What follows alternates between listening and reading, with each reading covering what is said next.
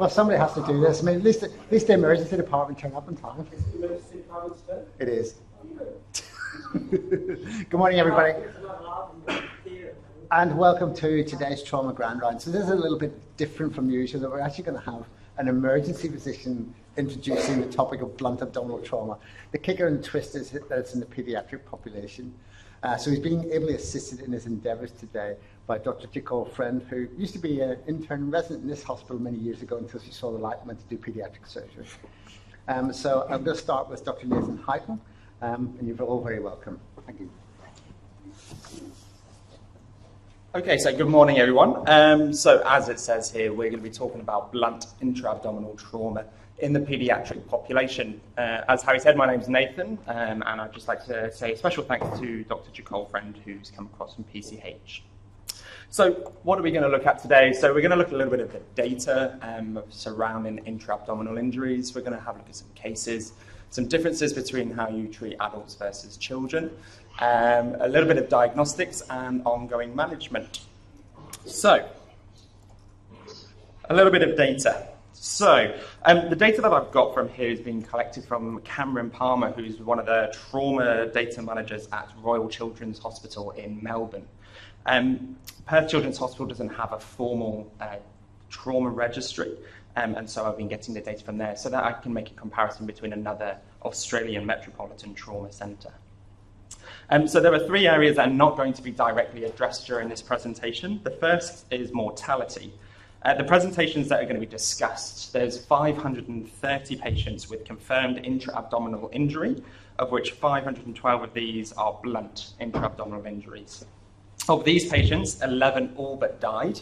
In all of the cases except two, severe head injury was the clear cause of death. In one, there was a severe chest injury, but the patient did soon die after arrival and no autopsy was performed. And in another, there was a significant head and C-spine injury, including a hypoxic injury, which may have been caused by a critical abdominal vascular injury.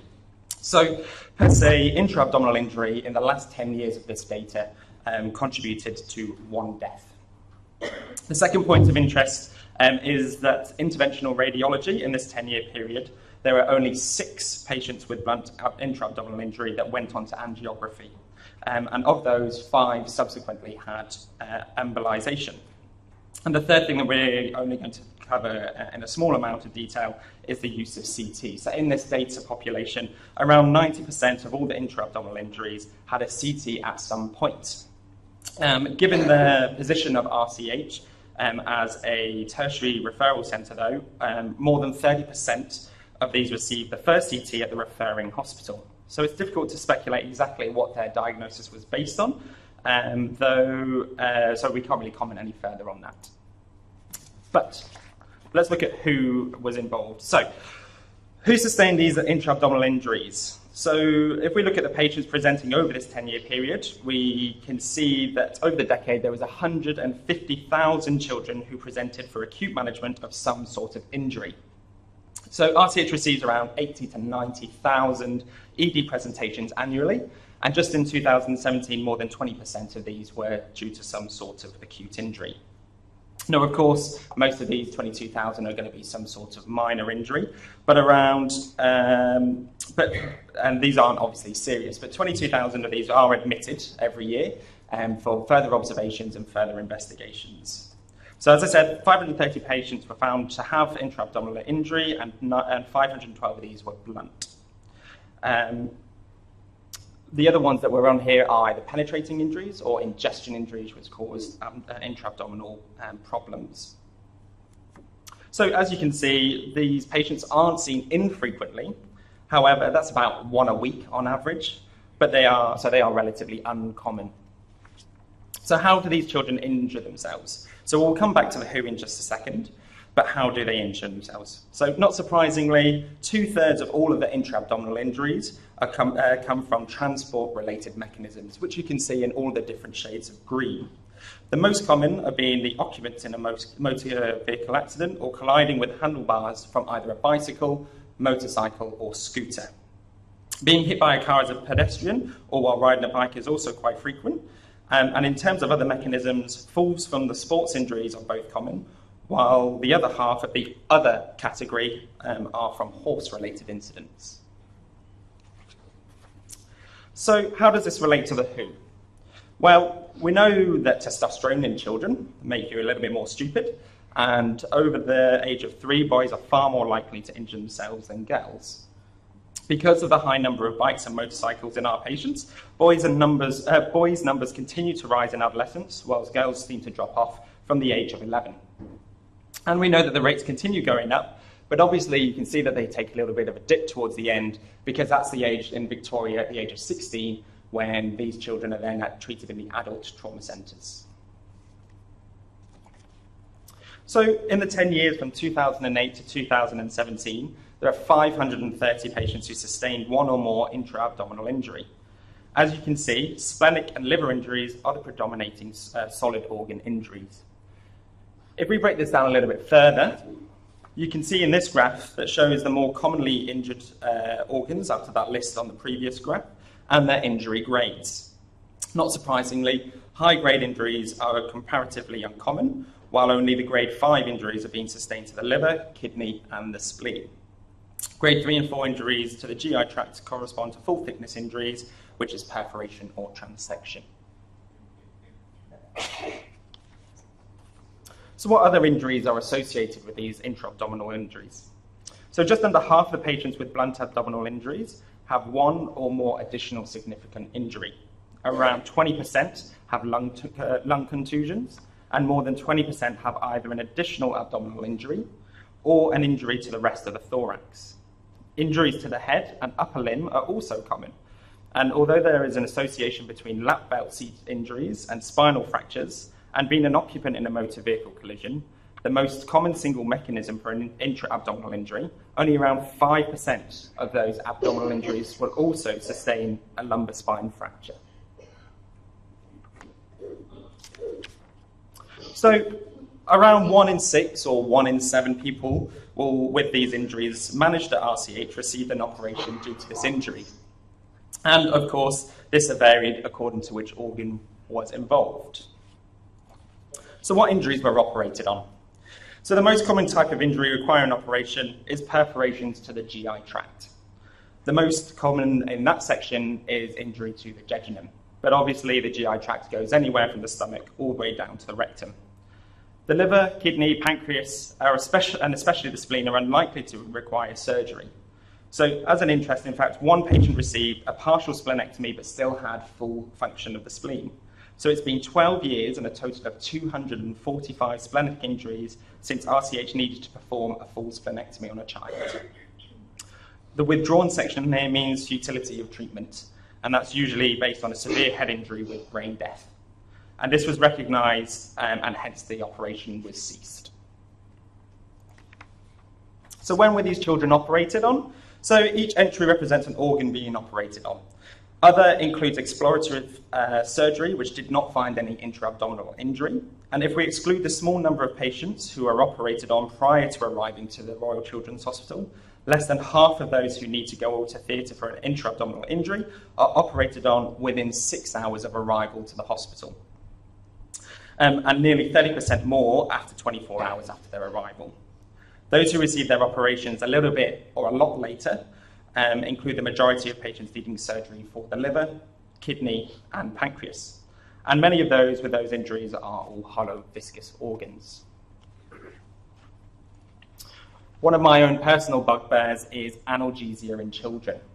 So analgesia in children has been studied quite a lot. So in the literature, it's shown that there is inadequate analgesia within this population. Drendel et al., who assessed the pain assessment for paediatric patients in the emergency department in May 2006. The results from this found that pain score documentation and management is suboptimal and therefore requires an additional focus in this talk. Only 44.5% of a total of 24,700 children over the year had a documented pain score, and as a result had inadequate pain relief, with infants and toddlers particularly at risk of having underdocumented pain scores. Obviously, when you're looking at this in trauma, undertreated or untreated pain following this can cause many complications, such as hypoventilation, can cause reduced oxygenation, increased stress response, increased cardiac output, and muscle tension and rigidity, all of which are not ideal in a trauma situation. So when you're looking at analgesia, if you've got a patient who is aged 1 month to 7 years, a behavioural pain scale such as the FLAP scale could be used. So this looks at how the child is behaving and what their pain score should be. For those who are a little bit older, so from the age of 4 to 5 up to about 11, you can get the child to use the Wong-Baker Faces pain chart. This should be used in terms of being able to see what the child's pain is like and treat appropriately. There's lots of options available for children out there for pain, for analgesia. Obviously, paracetamol and ibuprofen is actually very effective in children. Paracetamol obviously being very good because of the benefits of numerous ways in which this can be prescribed and given. Codeine should really be avoided if you have access to oxycodone, as 10% of the population are unable to metabolize, and this then just gives you the unnecessary side effects that are related with codeine. Fentanyl is obviously very useful, as it can have an intranasal administration and has a fairly rapid onset of analgesia. But obviously, as with adults, the IV dose should be given in increments and titrated to effect. Morphine obviously is given IV, but can also be given subcut. Not very rarely used subcut in children, because obviously that's another needle for the child. And obviously ketamine can be used, but comes with its own risks with adults, which can be dissociative anesthesia, emergence reaction, and it's obviously very stressful for the parents to see the reaction as they come through. I'd like to go through and talk about some cases. Thank you, Nathan. So thanks, Nathan. It's been great working with you. Good morning, my name is Jikol. I'm a SEPFL Paediatric Surgery Trainee, and I want to thank you for the opportunity to come back to Royal Perth. As Harry said, I've spent a lot of my formative years here, and I'd want to thank you for the thought and the subsequent opportunity to present in an area that I am actually very passionate about. So firstly, paediatric trauma can be really frightening. I think the reason I was asked to present is recently I was on call and received notice that the helicopter was going to retrieve a family in a car accident. The precise details were unknown, and it was 1:30 in the morning. One child was thought to be dead at the scene. This was actually a mum, and she was very petite. There was a 9-year-old who was unconscious, head injured, and airway threatened, who was our most alarming. We had a 7-year-old of uncertain status, and he died before retrieval. A 5-year-old who had a degloved scalp and was head injured, and a 3-year-old who apparently had no concerns and looked fine, but when she arrived was much more worrying. Teamwork's obviously very critical, so we've had anaesthetics, PICU, radiology, ED and general surgery all in prepped bays ready on the time of arrival, and they received them at the helicopter. It was still quite an effort, and ultimately all 3 children had intracranial bleeds, 2 C-spine injuries and multiple open fractures. So teamwork in paediatric trauma is absolutely critical. Thanks. In trauma, children are just little adults. Their priorities are exactly the same. You have to treat the A, protect the C-spine, then move on to B, C, D and E. And you can't ignore the life-saving management just because it's difficult to do it. Particularly that includes the C-spine. So every paediatric hospital has their own protocols, and PCH has very clear guidelines on how to manage these. The remaining principles are exactly the same EMST and APLS. However, children are much more complex. Anatomically, physically, cognitively and psychologically, they can be difficult to manage. Their airways are smaller, so very minor injuries can cause large amounts of swelling, and with a smaller oral cavity and larger tongues, they can be very difficult to intubate. Their heads are bigger, so they're much more likely to be injured, and a nasal fracture in an infant between 4 and 6 months of age, they're obligate nose breathers, so this is a really difficult situation for them. The trachea is cartilaginous and very soft, prone to injury, and the larynx is higher and more anterior. Their C-spine, they need fitted C-spine collar, and that can cause quite a bit of distress. So sometimes we have to abandon this with inline mobilisation and sandbagging. It's not ideal. The large occiput in younger children means they're also more likely to injure their C-spine, particularly the upper C-spine, which is different from adults. It's usually lower. Children under 8 years of age are also at risk of spinal cord injury without radiological anomaly. Their compliant chests means that they're more prone to injury, so the ribs and sternum are not completely ossified, which means they're at risk of pulmonary mediastinal injury without any significant sign of rib fractures or external injury. The ribs are also more horizontal, so they only move up, not up and out, which means they have a limited ability to increase their tidal volumes. And that, combined with diaphragmatic breathing and fewer type 1 respiratory muscles, means they lack the reserve, and with the higher metabolic rate, they can fatigue and desaturate. From a cardiovascular perspective, they can compensate until there's large volumes lost. And although their volume is relative to their size, their absolute volumes can be tiny. 85 mils per kilo in a 10-year-old means that at a 1-year-old, means that they have a 10% volume loss at 75 mils. So systemic vascular resistance is low, they have fixed stroke volumes, and hypertension is a very late sign for us, and there's a lot of evidence out there now that will even demonstrate that. They're also more likely with abdominal trauma to rupture their spleen and liver, and I'll explain that in a little while. As I said before, younger children have larger heads, and they also have underdeveloped muscles in their neck to support these. So isolated head injuries are much more common in younger children than older children, teenagers and adults. Traumatic brain injury is one of the leading causes of death in paediatric patients, and their thinner cranial bones, open fontanelle, the head's relatively larger, also cause more injury. Cognitive and psychological development varies with age, and so this AVPU scale is used a lot other than GCS. And finally, the blood sugar level is critical to check for us, so that's really important.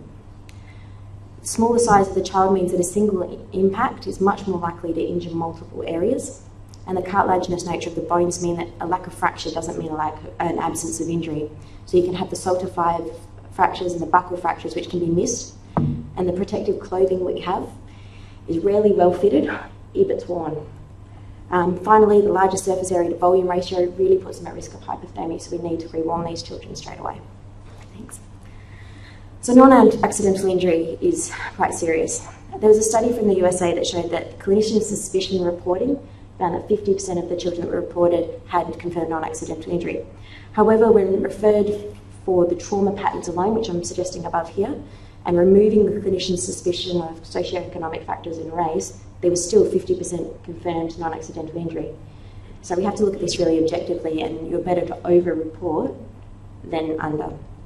So the factors that increase the risk of NAI are delay in seeking medical treatment, inconsistent injury, the mechanism of injury, which is not consistent with the developmental stage, the caregiver impaired or not present, so New Year's Eve intoxication is classic, allegations of non-accidental injury from the child or another caregiver, the age less than 12 months of age makes them very vulnerable.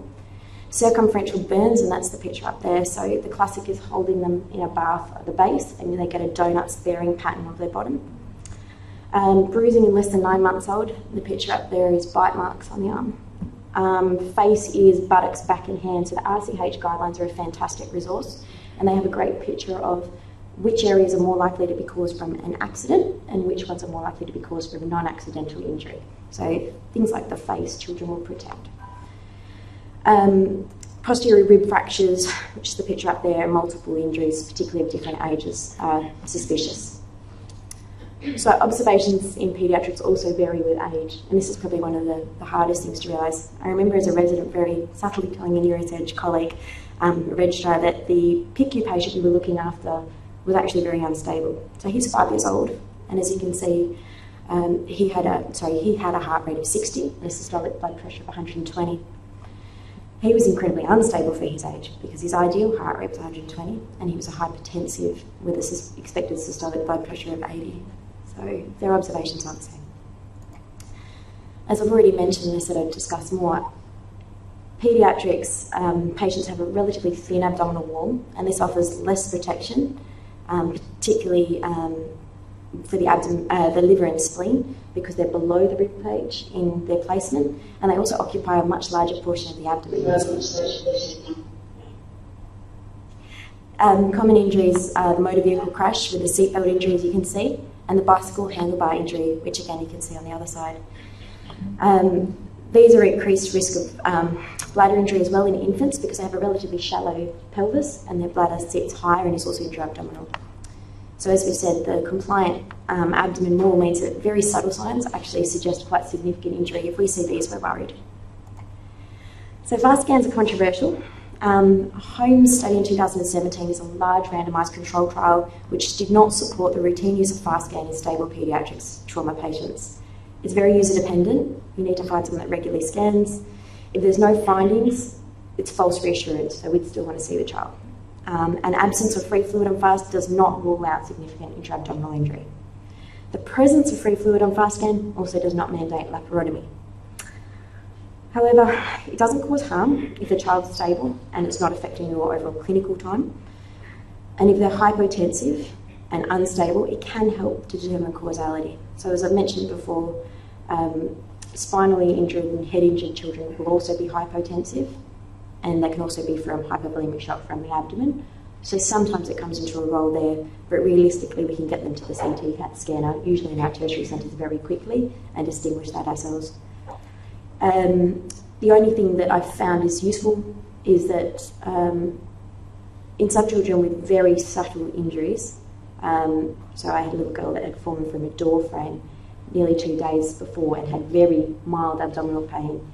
We had an ultrasound that confirmed an intra-abdominal bleed, and they had a subsequent CT that showed splenic injury, so maybe. CT, so this is tough as well. It's important to facilitate rapid diagnosis and treatment in trauma. The CT, however, uses ionising radiation, and this is associated with a high risk of malignancy. The paediatric patients are much more susceptible to ionising radiation-related malignancy due to their rapidly growing tissues and their longer lifespan. So efforts to reduce the radiation burden aim to minimise the potential long-term consequences. However, it's a balanced decision. The use of imaging can result, the decreased use of imaging, can result in underdiagnosis and misdiagnosis of potentially devastating trauma injuries. And although a CT showing contrast blush doesn't mandate embolisation, it can change the location for observation. So potentially we'd move a rural patient to the metro, a ward patient to PICU depending on their grade. It also helps with the speed we mobilise ourselves to theatre if they were to deteriorate, and some of the follow-up plans. So critical principles of trauma, we've said that diagnosis and resuscitation is simultaneous, that airway must be fixed before we move on to breathing, ceasefire, circulation, and it must be an organised priority. Circulation is unique in children. Hypotension may not indicate hypovolemic shock. Unlike adults, hypertension secondary to isolated head injury in children can occur with the same frequency as hypertension related to hemorrhage. And the management of shock usually dictates we have a 10 ml per kilo bolus crystalloid, and we usually move straight onto a second unit with blood after the third. If they have the blood and stabilised, then we can usually do a CT scan and put them up in PICU. If the hemoglobin drops to less than 70, or they need 40 ml per kilo blood, we usually would aim to go to theatre or for embolisation, depending on their stability. In a trauma laparotomy, you also have to consider your incisions, as you can see in the picture there. Transverse is often a better approach to the spleen in young children because they're wider than they are long. It gives you better access, and most paediatric surgeons are very comfortable with this approach. It's what we use for neonatal surgery, although the cosmesis is not perfect. However, if you have an unstable child in front of you and you're an adult surgeon, a longitudinal incision is fine. So the solid organ injury, there's a lot of research actually coming out of the USA on this. Originally, trauma to solid organs were diagnosed solely on physical exam and clinical judgment, which meant operative management was slightly more frequent. The management approach using hemodynamic status does very clearly determine which patients need operation and which ones can successfully undergo non-operative management. There is some difficulty, however, with the hypertension. As we said, it may not be from hypovolemic shock. So in the 1970s, when they started doing the non-operative management of splenic injuries, the CTs became more useful. The CT, however, increased sensitivity of identifying the less severe injuries, and we started to develop our organ grading system, and we've copied adult systems for this. The CT, to a degree, improves prognostication, but it really doesn't dictate our management. So we really are guided by the clinical presentation, the hemodynamic status, not the severity on CT. If there is hemodynamic instability, we initially attempt to achieve normal tension with the 20 ml per kilo bolus of isotonic fluid, and then we start with blood. If there's non-response and they don't stabilise, then we don't just use algorithms, we really clinically reassess. We do still have the massive transfusion protocol, so 1:1:1 of blood, FFP and platelets. The crystalloids are, however, limited, so we move straight to blood if we can. Tranexamic acid has been used, and we do use, and now we have ROTEM, so we're starting to be more specific in our factor replacements. The FAST is used, but clinical exam more. And as I said, the mechanism that's discussed by Nathan is absolutely critical. That guides a lot of our treatment. And the three resources at the end are operative, radiology, or observation in either PICU or in our ward. If a patient responds to initial resus, that gives us time to do head, spinal cord, pelvis and abdominal CT. And for our abdominal CTs, we only use IV contrast. If a child with hemorrhage develops a second early episode of hypotension, there's more risk of operative and angiographic intervention. We keep these kids in PICU. We have continuous hemodynamic monitoring, and for those that have delayed bleed less than 48 hours, we might need to consider embolisation. Transfusion threshold is around 70, and that seems quite safe and reasonable for us. To predict the bleeds, there's no single clinical parameter or test that's perfect to discriminate or identify the children at need of blood transfusion or operation. Many who are bleeding remain stable, and many who are not bleeding are unstable. However, surgeons and the clinical history tend to guide us well enough. The level of care, so PICUs for anyone that needs intervention or transfusion, the hemodynamic status, the admission hemoglobin, and there's also a paediatric shock index, which is heart rate over systolic blood pressure, can be used to discriminate which children need interventions. Without clinical signs or without recent ongoing bleeding, it's reasonable to admit them to a paediatric ward, like a surgical ward, regardless of their injury grade. That being said, a grade 5 injury on the spleen, liver or kidney, we're much more likely to admit them to PICU.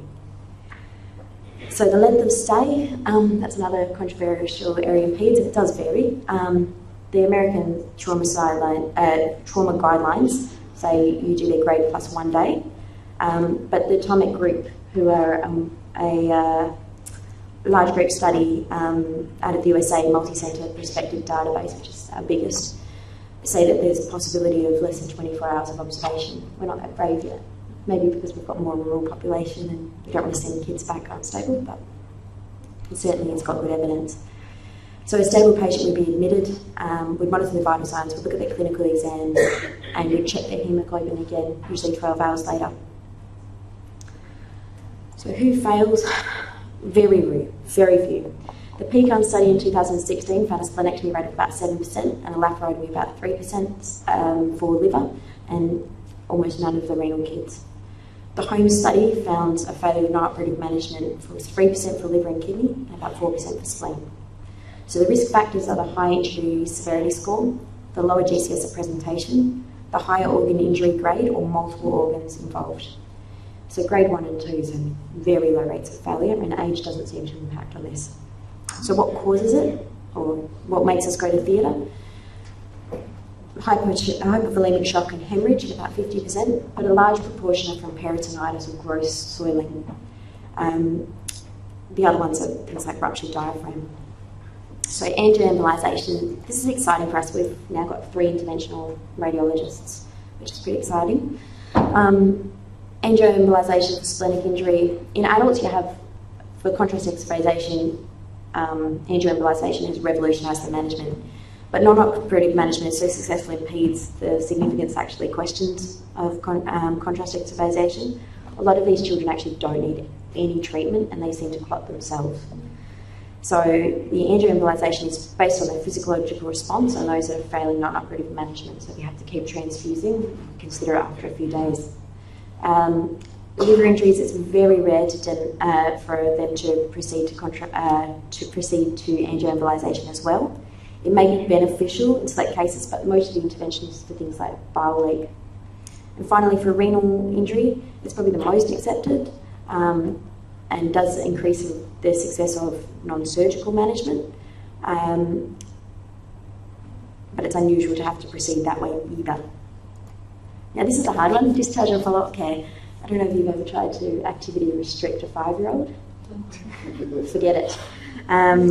So the guidelines say look at the grade of the injury in plus 2 days. Maybe that's what we do for admission. No gym, no competitive sports, no activities on wheels, and no activity with both feet leave the ground. So basically stop them doing sport. And we really take away the temptation. But they go to school and jump on trampolines no matter what we do.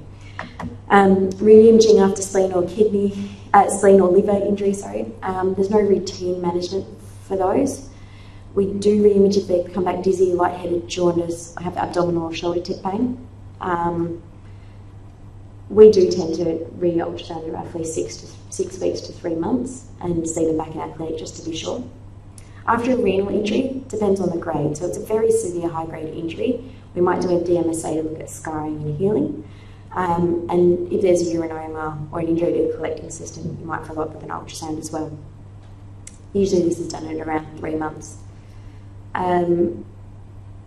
You check for hypertension once or twice, but you wouldn't usually routinely follow up for that. This is my favourite slide. So this is this atomic study. Paediatric surgeons, we love algorithms. So in all our exams, and you can see the bosses processing little algorithms in their head. This is from the atomic multi-centre prospective trials, and this is a group out of the USA that pulled together their trauma resources. The problem with paediatrics, our research is limited because we have such small numbers that we have to actually pull together all the studies and different centres to get the exact answers. So the Royal Children's Hospital guidelines are fantastic for an Australian-specific population, but these guidelines are really nice for some of the big multi-centres. Do we have any questions? We're all scared of kids. Good. Yep. So my name is Sana, I'm the trauma surgeon. The question is, how do you guys usually, we have a trend of doing what we call as a tertiary survey when we have an admission of acute trauma. General surgery will always do the tertiary survey. A tertiary survey in case, and this Always. Is always. Yeah. What kind of missed injuries do you guys usually see? If it's, So usually it's the buccal fractures, as I said, the buccal fractures and the Salter-Harris fractures. We will always be there when there's the child on arrival. So we'll have the general surgery registrar at the end of the bed, the same as Royal Perth, and we will usually have the ED consultants actually at the end of the bed as well. Once they're admitted, they're usually admitted under general surgery for 24 hours. We'll do the tertiary survey and then we'll dispatch the appropriate teams after that. If there's a head injury or an isolated head injury, they're usually managed on the neurosurgical ward because that's their primary injury if there's no chest or abdomen. And if there's a spinal injury, that's the same, we'll manage them on the spinal section. But the general surgery guys will oversee them and be the first to be called in the night as well. As far as the tertiary surveys, yeah, paediatric surgery will do the tertiary surveys. And then after that, we're possessive with children, we keep them anyway, but we hand over. In regards to a high mechanism injury where you're suspecting intracranial bleeding and so on and so forth, so how keen you are to rule out, I know you might have spinal cord injury or spinal injury even if you don't have fractures, but how religiously you end up scanning such patients? I'm talking about high mechanism. High mechanism, we wouldn't clear their C-spine. We'd be very reluctant from the general surgery side. We've got a protocol with the orthopaedic surgeons, so they actually come in and screen our children as well. So if ED is the primary people that clear the C-spine, general surgery we will usually keep them in precautions and manage everything else. And we actually have a lot of support from our orthopaedic colleagues who will come in the ED, so that they did for all these children, to actually screen as well. And then we have a low threshold to MRI, and we actually have quite a quick transition to MRI. We usually, for isolated head injury or suspicion of C-spine injury, would try and admit them to PICU. You would rather opt for an MRI before you can finally clinically clear, because I don't know how would you go clinical with a young 3-year-old. Exactly, and you're exactly right. It is hard to manage clinically from that side. There are guidelines out of the USA that are changing that. They're saying that you could just gently examine them. I think we're all a bit reticent to do that. So if I could just maybe answer some of those questions. The evidence behind cervical spine injury in the paediatric population is so skeletally thin, it's not funny. It really is.